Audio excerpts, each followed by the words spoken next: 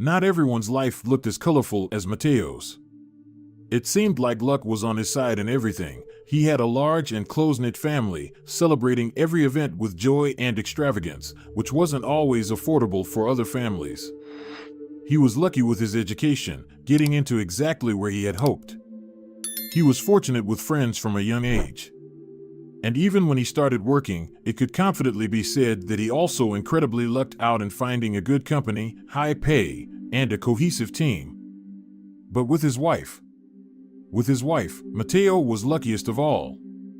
Isabel had always been an enviable bride, beautiful and intelligent, a wonderful dancer, a kind and cheerful girl who grew into a beautiful woman.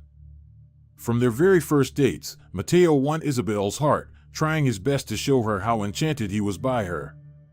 Every time they met, he would give her a single flower, accompanying each gift with a small card adorned with beautiful words. "You are as beautiful as the bud of this rose, you allure me like a flower attracts a bee."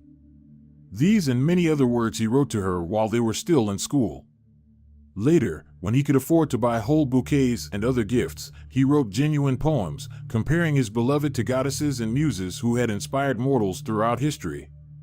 "Your eyes shine brighter than the stars," he whispered to her every time they walked late into the evening. Isabel liked to hear this, and she loved Mateo for those romantic gestures with which he was always ready to shower her. Many hearts were broken by Isabel's choice of Mateo as her spouse. For many years they rejoiced and grieved together, enduring many trials both during their studies and afterward, and their respective workplaces. Years went by, and these two never parted, and finally, Mateo proposed to Isabel.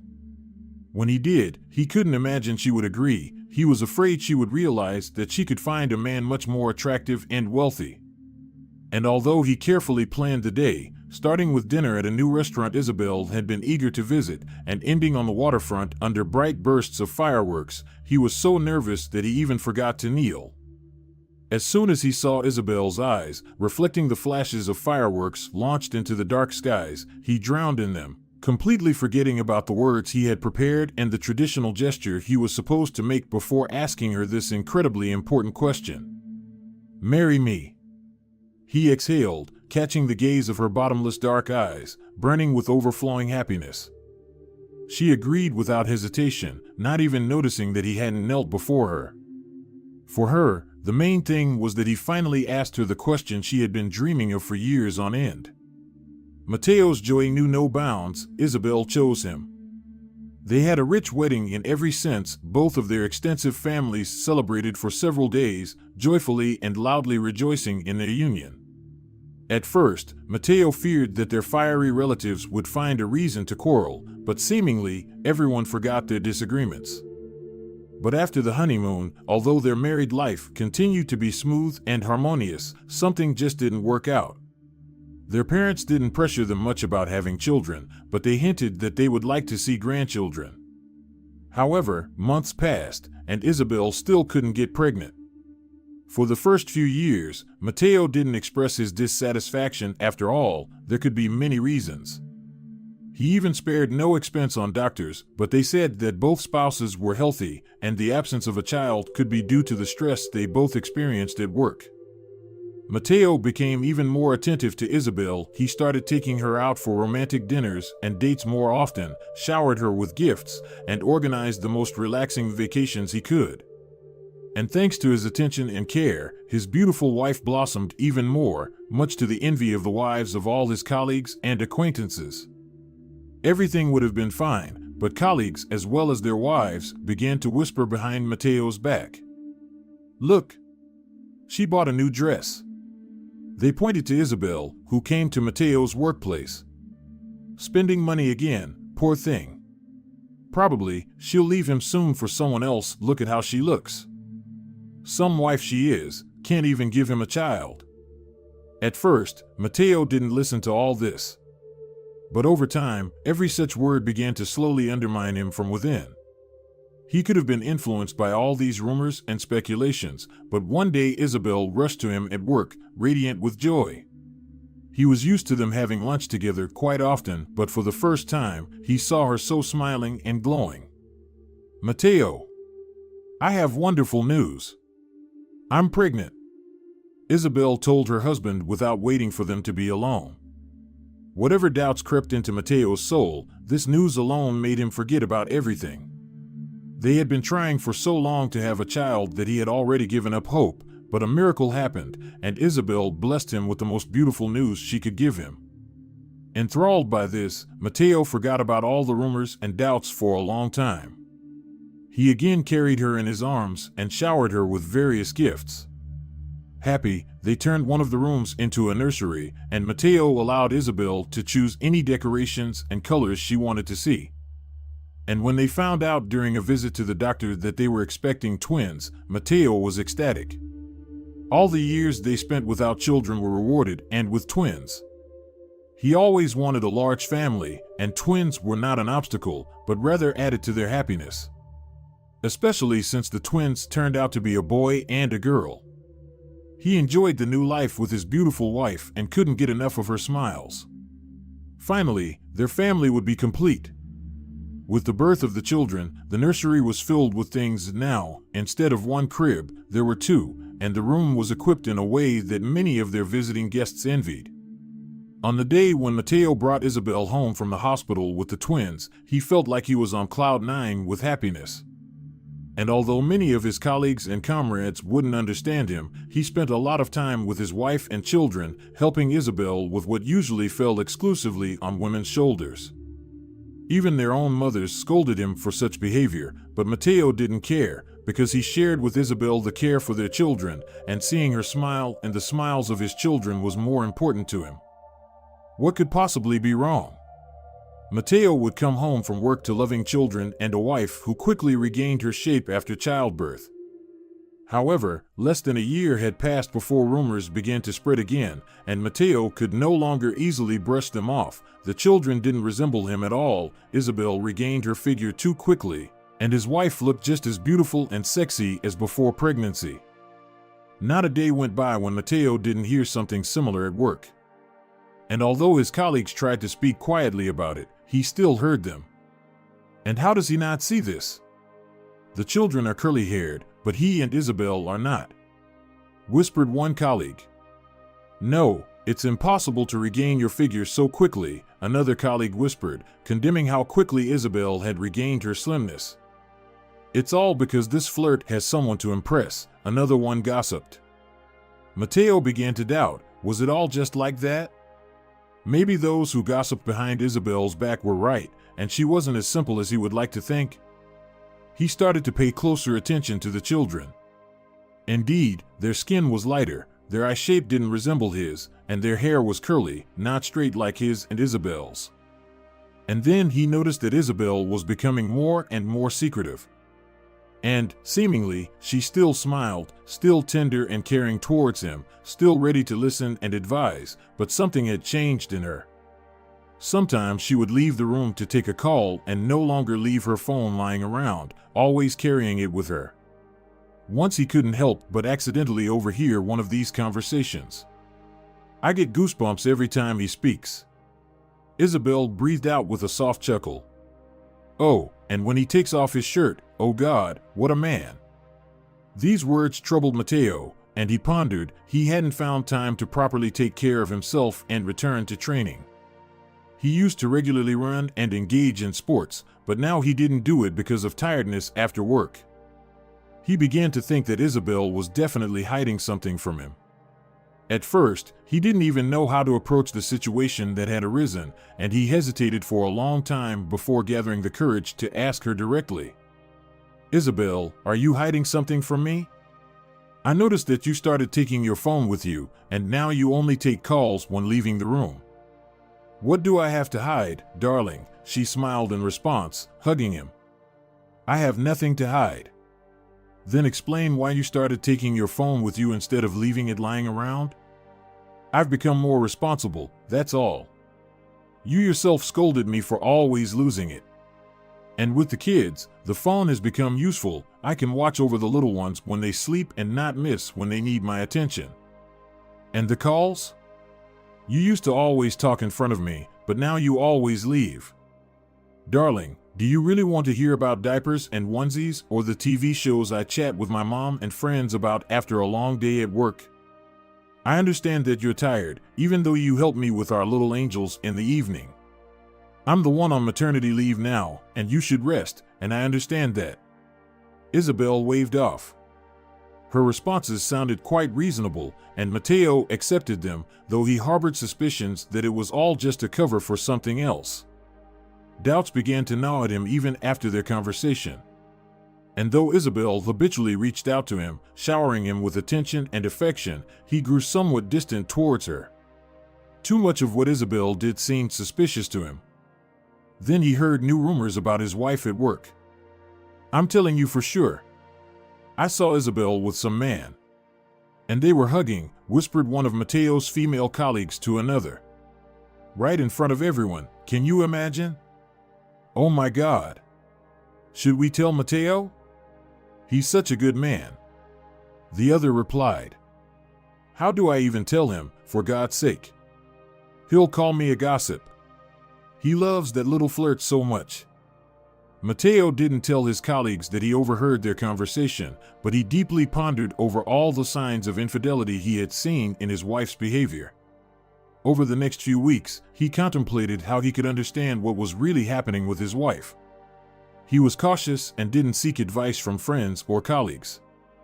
Instead, he turned to the internet, where he easily found ways to catch his wife in the act.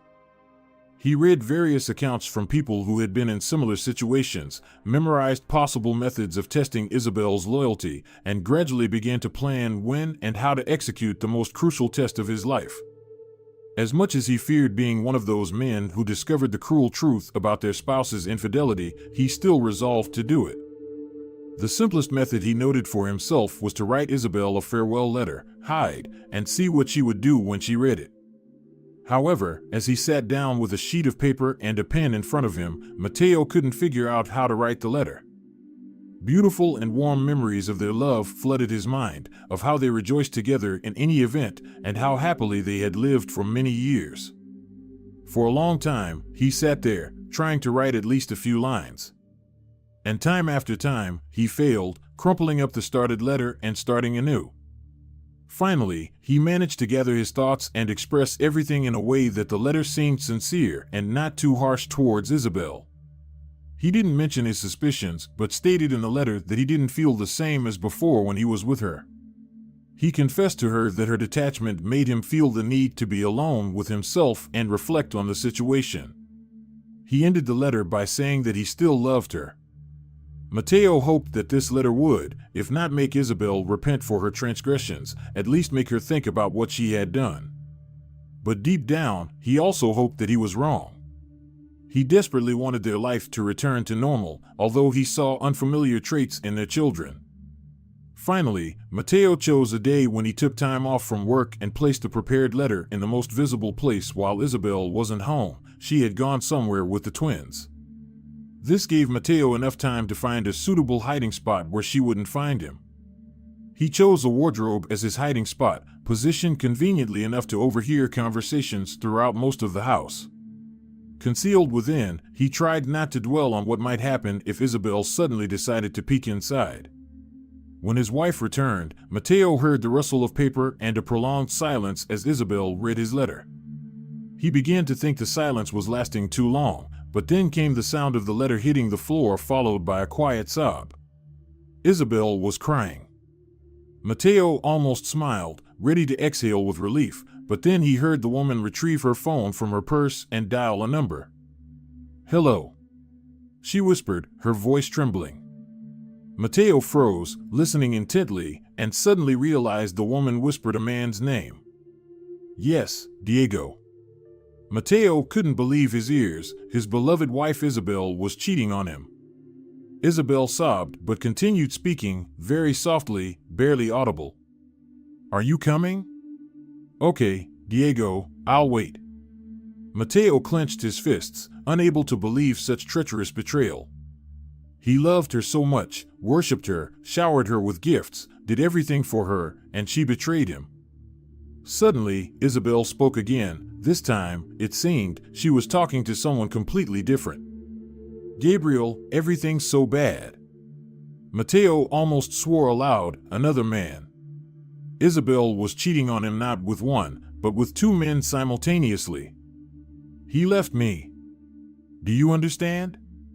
Gabriel, what should I do? For a while, she listened to the man on the other end of the line, then sighed. Okay. Isabel's voice quieted briefly, and she seemed to gradually calm down. But after a couple of minutes, she picked up the phone again. Pablo, it's me. Isabel whispered with a breaking voice. Yes. No. It's something else. Mateo didn't know what to think anymore. 3 men. How was she managing to juggle affairs with 3 men behind his back? Yes, no, it's not worth it. Isabel's voice seemed to drive another nail into Mateo's heart with each word. Okay. I'll wait. Again, silence fell, and Mateo pondered whether to leave his hiding place now or wait until one of his wife's lovers showed up. Mentally, he was already considering calling his lawyer friend to initiate divorce proceedings. But curiosity got the better of him. If he caught Isabel with a lover, he could capture it on his phone and have evidence of her infidelity. That would help resolve the divorce and asset division much faster. The quiet melody of Isabel's phone ringing made Mateo tense up and listen again. Yes? Isabel wiped away her tears. Rafael. Mateo couldn't help but feel an even greater shock. Another one? This conversation seemed one-sided. Isabel remained silent, only sighing occasionally before hanging up the phone. Not knowing what to think, Mateo forced himself to calm down and be patient, although rage burned inside him. Soon, Mateo heard a car pulling up to the house. A couple of moments later, the front door opened, and Isabel, judging by the sounds, threw herself into the arms of the person who entered, sobbing loudly. The man said something to her, but Mateo couldn't hear. He was too far from the door to catch their conversation, but he could vividly imagine everything that could have been said. A couple of minutes later, 2 more cars pulled up, and Mateo was stunned. Now Isabel wouldn't be able to wriggle out of it. If all her lovers found out about each other, there would be no avoiding scandal. However, no matter how much he strained to listen, he heard no shouting, no fighting, no signs of any disagreements. On the contrary, it seemed to him as if all 3 men were collectively comforting the sobbing Isabel once again. What's going on there? Mateo whispered. He didn't delay any longer and emerged from his hiding place, ready to confront his wife and her lovers. However, as soon as he approached them, all his indignation and prepared words got stuck in his throat. Standing before him were 3 of his friends, with whom he had lost touch some time ago because they had moved to other cities. The only stranger was the man embracing his wife. He suddenly realized that 2 of his friends, Gabriel and Diego, had thick curly hair, and one of them could indeed be the father of the twins. Noticing him, all 5 looked at Mateo with confusion and anger. Mateo, explain yourself. Rafael, the least angered, stepped forward first. Mateo forced himself to shake off the shock and puffed out his chest, masking his confusion with anger. I'm the one who has to explain. How dare you all? I'm the victim of my wife's infidelity, whom I've idolized all these years. What? Isabel gasped, shocked by his words. Yes, indeed.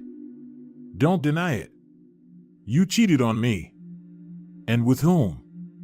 With my own friends. That's why the children don't resemble me. Everyone who warned me was right. Mateo ranted, unleashing all the rumors he had heard for years. The people before him were speechless, listening to him with widened eyes until he finally ran out of steam. Isabel, seemingly finding her voice first, said, "So that's how it is." He used to love hearing this tone from her when she suddenly became composed and calm amidst an argument. Previously, he was amazed by her ability to calm herself and rationally think about the problem they faced, to fix everything and move forward again. But this time he heard that tone in a completely different light. "Have you lost your mind, amigo?" Gabriel exclaimed. "And you haven't?" Cheating on your own wife with Isabel and now trying to blame me? Mateo shouted. What are you talking about? Where did you get such nonsense in your head? Raphael snapped. Beauty, is this your husband? Asked the man embracing Isabel. Is this the man you've been boasting about? He's quite average, I must say, sweetheart. I wonder why I bothered bringing beauty to a goddess like you for this. Mateo frowned, noticing the stranger's peculiar mannerisms. Pablo. Isabel shook her head. Listen to me, sweetheart, as a stylist who knows a thing or two about life, okay? If your man is only looking for the bad in you, he'll find it, no matter how hard you try. The man waved his hand, making an elegant, feminine gesture. You may shine like gold, but if he thinks you smell of manure, that's what you'll be to him. Who are you, damn it? Mateo exclaimed indignantly at Pablo. My name's Pablo, darling, but rest assured, I won't encroach on you even if you pour a bottle of tequila over me, the man brushed off. Isabel always described you as a handsome man with a pure heart, but I see right through you, sweetheart. Gabriel met Mateo's gaze and grimly gritted his teeth. So, you lied to Isabel? I didn't lie, I was testing her. She's cheating on me. Are you an idiot?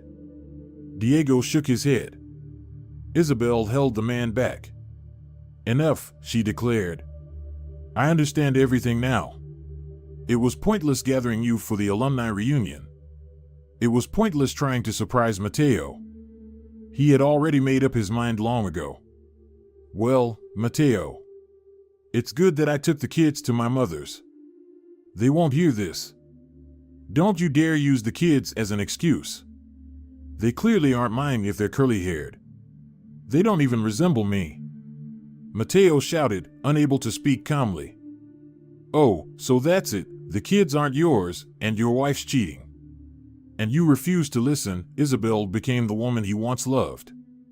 Her dark eyes became stern and confident, but now they were directed at him, not the problems they used to solve together. What's there to listen to? Your empty excuses? Mateo truly didn't want to hear anything. Fool. Diego spat at his friend's feet. Isabel raised her head proudly. Maybe you'll listen to the truth? As if you could explain why the kids don't look like me. And what about your grandfather? Have you forgotten about him? You don't like the curls, do you? Your grandfather had curly hair, and even before my pregnancy, you sighed, saying how nice it would be if the kids had curls like your grandfather. Isabel's eyes shot lightning. Forgot? Mateo was bewildered, but quickly recalled one of the rumors. And the man my colleague saw you with? You were hugging him. Darling, that's just how we greet each other. Pablo looked at his nails, disdainfully snorting. We're good friends. I have a husband of my own. Your woman means nothing to me. And what about the conversations? You were talking to someone about a man. For a few moments, Isabel pondered, and Mateo thought he finally caught her. Are you talking about last Wednesday? Isabel raised an eyebrow. When Anna and I were discussing the new episode of our favorite soap opera. Oh, Alejandro, Pablo sighed exaggeratedly next to Isabel. What a man. Such shoulders. Raphael shook his head, covering his face with his palm. Mateo, you're really an idiot. You're looking for a catch where there isn't one. But Mateo began to gasp with indignation. We were trying to surprise you. Isabel crossed her arms over her chest. And with your vile act, you turned it all into some nightmare. I wanted to gather our friends for a reunion, surprise you with the arrival of Raphael, Gabriel, and Diego. Pablo volunteered to help me find a dress and beautify, and you're only thinking about how to accuse me of infidelity. Silence fell again, and Isabel shook her head, stepping towards her purse and heading for the exit. Pablo, be a dear, take me to Mom's. Isabel asked her stylist.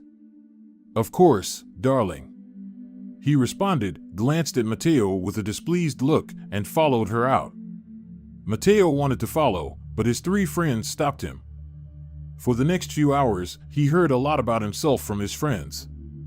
They didn't skimp on evidence, showing him their conversations with Isabel where they discussed the upcoming reunion. Tears of guilt and regret streamed down Mateo's face as he couldn't believe he had single-handedly destroyed his beautiful life with Isabel because of some rumors and speculations he heard from people who knew nothing about his life. For the first 2 days, Isabel didn't even pick up his calls. But on the third day, Mateo went to her mother's house with a huge bouquet of flowers and knelt at the door when Isabel opened it. "Forgive me," Mateo pleaded, looking up at her. "Ugh." Isabel's mother passed behind her. "Fool, not a man." "Fool." Mateo agreed with his mother-in-law. "A complete fool." "Forgive me, Isabel." Isabel sighed heavily, and her angry eyes softened. "Do you realize you could have lost me because of rumors? Because you believed others instead of the person closest to you?" Mateo could no longer speak, only nodding. "No matter how many times I tell you, listen to your heart, not the words of strangers." Isabel knelt before him and set aside the bouquet. "I never wanted to betray you, dear. Because you are the most wonderful man. Kind, romantic, loving. Just sometimes foolish." He couldn't reply. Isabel kissed him on the lips, and Mateo realized she had forgiven him. Now he just had to make amends to her and forgive himself for being so insecure that he began to doubt the faithfulness of his wife. Dear viewers, if you enjoyed the story, please support the video by liking it and leaving a comment. Thank you very much.